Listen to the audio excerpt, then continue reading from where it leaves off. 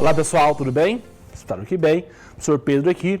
Vamos conversar sobre o tema da aula de hoje, sobre o empregado doméstico, logicamente, mas hoje vamos falar sobre dois tópicos específicos: registro da jornada e contrato de trabalho do doméstico, tá bom? Então fique aí e me acompanhe nessa videoaula, tá bom? Eu adoro falar isso, parece que eu sou um cara chique, né? Mas nada disso, nada disso, tá? Pessoal, ó, a aula de hoje, conversar um pouco sobre o empregado doméstico. Já estamos conversando, estamos na Lei 150 de 2015. Então, qualquer artigo que eu citar aqui é a Lei 150 de 2015, tá certo? Essa lei que nós estamos utilizando do empregado doméstico. Já falamos algumas aulas aqui, duas aulas, né? Essa é a terceira sobre esse tema. Bom, registro da jornada. Vamos começar com esse tópico aqui, que é lá no artigo 12 da Lei do Doméstico, né, da Lei 150 de 2015. Vamos ler o dispositivo e na sequência eu vou explicar, beleza? Me acompanhe ali, por favor. Ó, diz assim: é obrigatório o registro do horário de trabalho do empregado doméstico por qualquer meio manual, mecânico, eletrônico, desde que idôneo. Volte para cá então. Olha que legal. Isso aqui é muito massa, né? Professores é assim, eles ficam animados com as coisas, né? Mas aqui é bom até para minha prova, tá? Ó, vamos por parte. Registro do ponto. Como assim, professor? É obrigatório registrar o horário de saída e entrada? Né? Então, por exemplo, lá, você já pode ter trabalhado em algum local, por exemplo, que não precisa bater ponto. Você chega lá, trabalha e vai embora. Né? Por exemplo, aqui na faculdade, aqui nós batemos ponto. Nós chegamos no horário, batemos ponto, saímos, batemos ponto. Ponto. Beleza. Belo, tranquilo. Na própria CLT, né, a regra é que não é necessário ponto. Repito, na própria CLT, ela fala que não é necessário cartão ponto, salvo se a empresa possuir mais do que 20 funcionários. Então, se a empresa possui mais do que 20 funcionários, será obrigatório o cartão ponto. Esta é a regra da CLT, beleza? Repito, CLT, não doméstico, CLT. CLT, regra, não precisa ter cartão ponto. Ponto. Salvo nas empresas que possuírem mais do que 20 funcionários. Essa é a regra da CLT. Beleza. Bom. Perfeito. Então, professor, então esquece a CLT, mas eu quero saber sobre a doméstico. Como funciona o doméstico? Na doméstico, no empregado doméstico, neste caso é diferente da CLT. Neste caso é obrigatório o cartão ponto. Repito, na CLT é obrigatório o registro do cartão ponto. Sério, professor? Sério. Então, se na sua casa tem empregado doméstico, você tem que registrar o cartão ponto. Ela tem que chegar, bater o ponto, né? Registrar o ponto, a saída, almoço, retorno do almoço e vai embora. É obrigatório neste caso. Professor, na prática ninguém faz isso, né? Na prática ninguém faz, infelizmente. Mas deveria fazer. Tá aqui, ó. Empregador, é a sua obrigação. Doméstico tem esse ponto, tem esse registro obrigatório neste caso. Veja que a lei colocou ali, ó, que esse registro, né, desse registro ponto, esse registro da jornada de trabalho, ele pode ser feito de forma manual, mecânica ou eletrônica. Como assim, professor? Explico. Ó, pensa assim, manual, né, mecânico ou eletrônico. Manual é você chegar lá com um caderninho, né, anotar. Pedro, 7h30, doméstico, sou doméstico, tá? Cheguei 7h30, anotar. Eu vou lá, cheguei 7h30, assino na frente. Almoço, assino na frente. Isso é o mecânico. É o mais simples de todo, o mais rústico que existe. Você vai lá e assina. Este é o mecânico. Assina na hora que chegou, assina no almoço, assina na hora que saiu, assina na hora do café, que vai embora. Coloca lá o horário que entrou, o horário que saiu, do almoço, bem simples.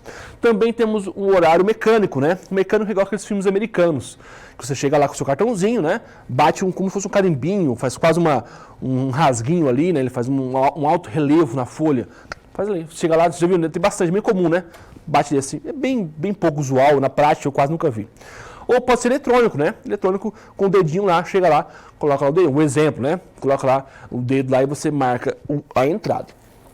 Beleza, então pode ser esses 3 formatos. Lógico, o formato manual é o mais comum, né? É bem pouco usual registrar o cartão ponto, mas o manual é o mais comum que existe neste caso, tá? Então venha para cá então, deixa eu passar essa câmera aqui, um ponto bem importante, eu tenho até uma dúvida com vocês. Amigos, por quê? Pergunto vocês, por que o legislador obrigou, ele obrigou, é uma obrigação, é um dever do empregador registrar o cartão ponto da doméstica? Por que o legislador fez essa obrigação, veja, exclusivo para o doméstico? O urbano não é assim. O urbano não precisa registrar, salvo se tiver mais de 20 funcionários. Aqui é obrigatório. Por que o legislador fez isso? Alguém sabe me dizer aí em casa? Né? Eu queria tanto estar ouvindo vocês. Eu vocês estão gritando agora em casa, eu ouvindo vocês falarem. Ah, tá, não, eu sei, calma. Então, eu vou sentir aqui por telepatia, né? Tô brincando. Mas por que o legislador fez isso? Já respondendo a pergunta. Ele fez isso porque é muito difícil o doméstico, se ele entrar com uma ação trabalhista, comprovar a carga horária trabalhada. Explico. Ó, se eu sou, por exemplo, um trabalhador da própria CLT. Vamos pensar se eu trabalho em um escritório. Beleza? Trabalho naquele ambiente fechado lá. Como é que se um dia eu vou entrar com uma ação pedindo horas extras? Beleza? O que eu faço? Eu pego uma testemunha, pego um colega aqui, pego uma câmera ali, pego o porteiro. Olha tantos testemunhos que tem, né? Ó, levo o João, que é meu colega, levo o porteiro, levo o sujeito da padaria que tomava café, que ele me via ir embora muito mais tarde. Olha que beleza, simples, né? Agora, pense na empregada doméstica. É muito difícil ela comprovar essa hora trabalhada. Explico. Pensa assim, ó, eu sou doméstico, eu vou entrar com uma ação trabalhista porque naquele local eu sempre fiz horas extras naquele local. Eu sempre trabalhei trabalhei 12 horas por dia, sempre. É comum, na verdade, tá? Trabalhar um monte. E aí ele falava o seguinte, professor, eu vou entrar com essa ação no caso, ok. E aí ele falou assim, eu vou pedir testemunhas. Quem são as testemunhas? Vou chamar quem? Num ambiente fechado, um ambiente familiar, numa casa. Pode ter um porteiro? Pode ter. Mas assim, vou chamar quem? Vou chamar o meu patrão. Não tem como. Como é que ele vai testemunhar contra ele mesmo? Vou chamar a mulher do patrão. Não tem como. Então, o legislador vendo isso, ele já falou o seguinte, falou o seguinte, empregador, é sua obrigação. Se a doméstica entrar com uma ação trabalhista, você contesta a ação apresentando os cartões pontos. Está aqui, ó, o cartão ponto que eu trabalhava. Ok, né? Eu vou olhar ali, tá tudo ok. Tá? Agora, entrou com uma ação, não tem cartão ponto neste caso. O empregador foi descuidado, como na prática muita gente faz isso, não tem cartão ponto neste caso. Meu caro, neste caso, então, o ônus da prova é do empregador. Olha que legal. O empregador vai ter que comprovar que essas alegações feitas pela doméstica são alegações falsas.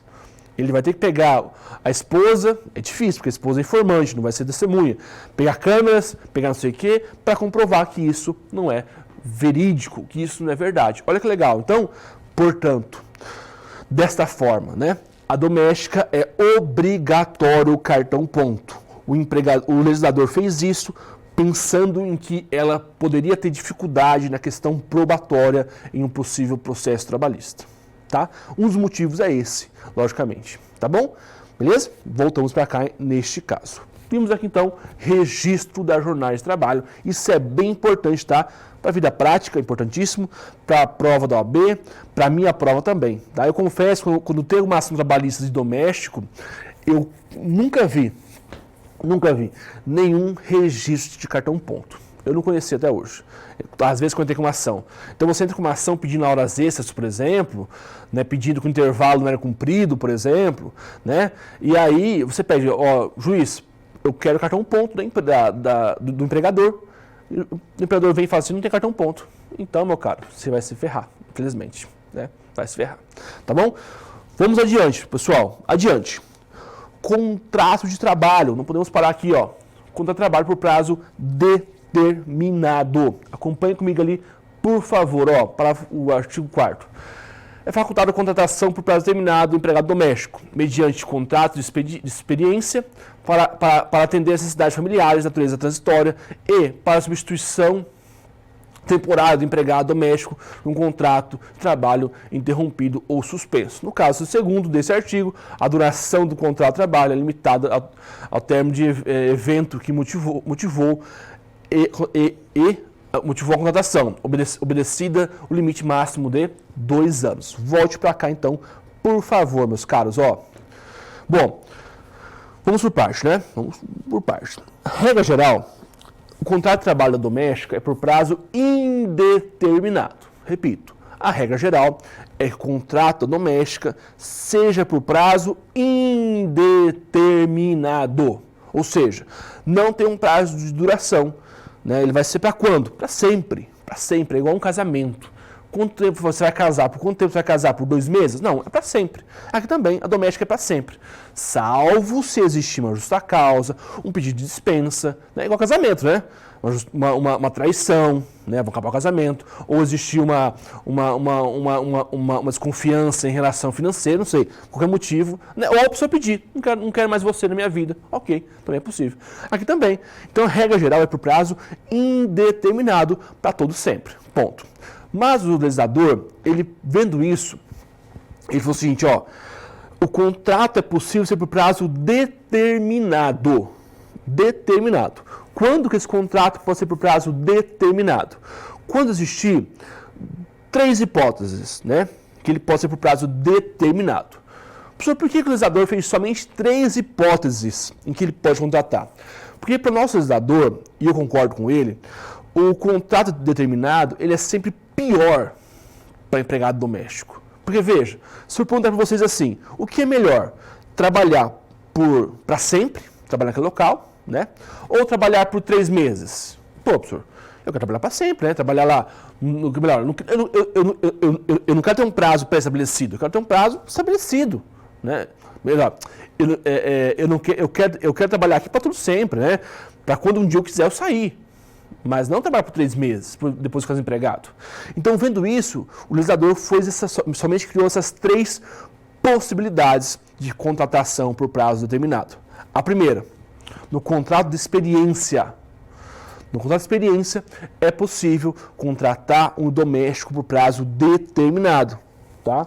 Neste caso, a experiência ela é de 90 dias de duração. Pode ser 45, mais 45 dias. Pode ser, pode ser. Ele pode ser prorrogado uma única vez, né? Igual eu falei aqui agora. 90 dias, posso prorrogar dentro desse prazo, 90 dias, uma única vez. Posso fazer assim, por exemplo, 10 dias, vou prorrogar por mais 10 dias? Posso. Tudo bem. Tá, no máximo é 90. Posso fazer 15, prorrogar por mais 15? Pode. Então eu posso fazer 15, prorrogar por mais 3? Pode. O senhor pode fazer 15, prorrogar por mais 15 e mais 6? Não, aí não. É só uma vez que você pode prorrogar, no caso. Tá? Então, experiência para isso, para você ver, tanto o empregado e o empregador possa ver se vai dar certo aqui no ambiente de trabalho, se vai ser legal, né? Porque às vezes trabalha lá, eu trabalho como doméstico no ambiente, trabalho 3 dias, não gostei do empregador, não gostei do patrão, aqui é muito trabalho, tudo bem, eu saio fora, né? Tudo bem. Ok.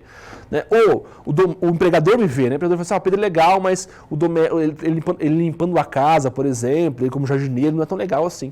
Tá? Então é possível também acabar o contrato. É um namoro, né? A experiência é um namoro. Beleza? Essa é a primeira possibilidade, que é mais comum, né? A segunda possibilidade que eu posso contratar alguém por prazo determinado é no caso... O computador desligou aqui, né? Perdão. Estava ali, Estava aqui anteriormente, vamos só finalizar esse tópico aqui, tá? Já estamos finalizando, né? Mas vamos finalizar aqui. No caso, se existe uma necessidade familiar transitória. O que é isso? Depois você lê o artigo lá. É uma necessidade familiar transitória. Por exemplo, eu estou aqui hoje e eu vou lá para fazer uma pós-graduação lá no norte. Né? Melhor, lá no Nordeste. Tem um calorzinho aqui, um calor, vou pegar o Nordeste. Vou lá para João Pessoa, na Paraíba. Beleza. Vou ficar lá por alguns meses. Né? Por 2 meses, 3 meses. Eu posso contratar alguém para isso? Posso. Necessidade familiar transitória, neste caso. Vou trabalhar lá, vou trabalhar com a pessoa por 3 meses. Tá? É possível? Sim, é possível. Tá? Repito, é a necessidade familiar que a empresa possui e aí sim ela vai trabalhar naquele local, naquele ambiente. Tá? Neste caso especificamente, esse contrato pode ter duração de até 2 anos. Olha só, então, a contrato de experiência é 90 dias somente. Tá? 90 dias somente, experiência, até 90 dias. Aqui nesse contrato de necessidade transitória da família, nesse ponto, é de até, prazo bem maior, é de até 2 anos. Também posso prorrogar uma única vez neste caso. Tá? Então essas são as hipóteses em que eu posso contratar o sujeito pelo contrato determinado, doméstico por contrato determinado, tá bom? Então, ó, já até desligou aqui, já está hora de fechar, né, a nossa aula de hoje. Então, fechamos por aqui. O que vimos nessa aula de hoje, né, o nosso Telecurso 2000, nosso revisaço, né, nossa revisão aqui. Vimos, doméstico, é obrigatório o controle de jornada. É obrigatório ter cartão ponto. É obrigatório. Além disso, regra geral, porque é mais benéfico, será um contrato por prazo indeterminado. É possível o contrato ser por prazo determinado nas seguintes ocasiões. Se for um contrato de experiência e se for por motivo transitório de necessidade familiar. Nesses 2 casos é que eu posso contratar alguém por prazo determinado. Experiência 90 dias, posso prorrogar uma única vez esse prazo. E necessidade transitória familiar, nesse caso é de 2 anos. Também posso prorrogar uma única vez dentro desses 2 anos no caso. Tá bom? Então é isso. Fechamos por aqui. Muito obrigado. Até mais. Tchau, tchau. Bons estudos!